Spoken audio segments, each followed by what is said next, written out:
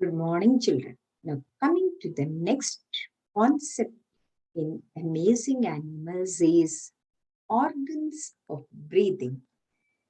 Animals need to breathe to get oxygen for respiration. Oxygen burns the food within the animal's body and releases energy for all the activities. Animals take oxygen from their surroundings like air and water. Different animals will have different breathing organs. For example, when they are on land, they breathe through the lungs, while in water, they breathe through their moist skin or gills, like in fishes, crab, and other moist animals that live underwater. They breathe air dissolved in water. They breathe with the help of gills, which are full of blood vessels.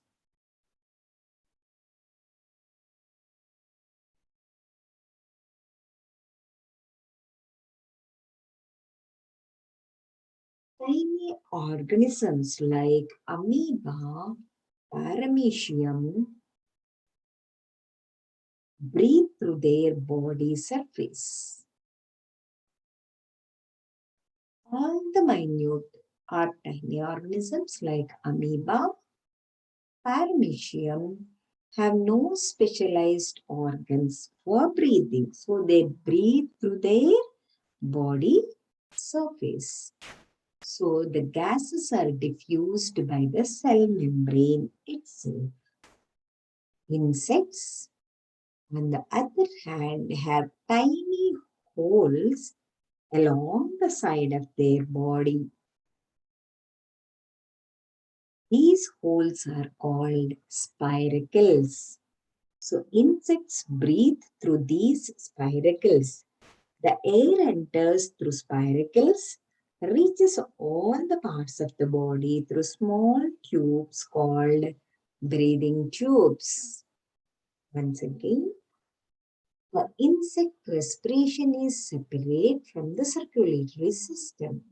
Oxygen and carbon dioxide gases are exchanged through a network of tubes called breathing tubes, scientifically known as trachea. Instead of nostrils, insects breathe through openings in the thorax and abdomen region called spiracles. Coming to the aquatic animals like fish, prawns, and crab breathe with the help of gills. Gills are the projections of the skin that help in using oxygen dissolved in water. Gills contain blood vessels which help in exchange of gases. Fish live in water. So the gills also expel out carbon dioxide into the water. So whatever water enters through the gills, where the oxygen is dissolved in water, is absorbed and reaches to every part of the body.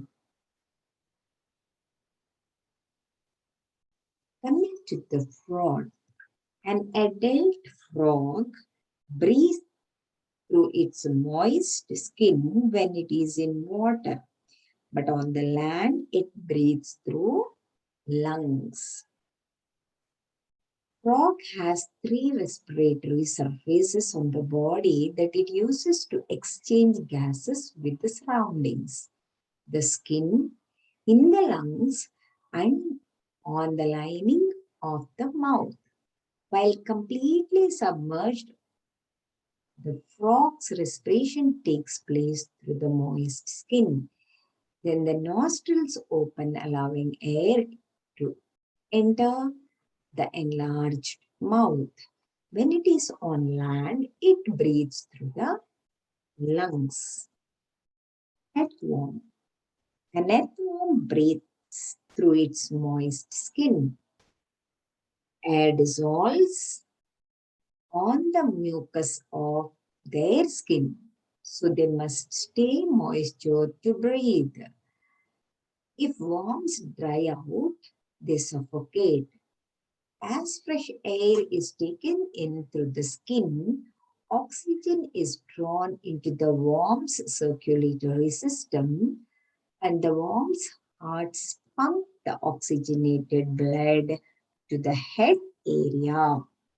Coming to the mammals, all mammals, including human beings, birds, including human beings, not only mammals, birds, reptiles, adult amphibians, etc., breathe through the lungs. They have two lungs connected to the windpipe. Air reaches to the lungs through the nostrils. The lungs take in oxygen from the air and give out carbon dioxide, which is breathed out through the nostrils. So aquatic animals like whales, dolphins also breathe through their lungs. So when they are on the land, amphibians breathe through the lungs, while in the water, underwater, they breathe through their moist skin. Gills are the respiratory organs of fishes, crab, and other moist animals that live underwater, which breathe the air dissolved in water. They breathe with the help of gills, which are full of blood vessels. Coming to the movement of animals. This we will be seeing in the next class.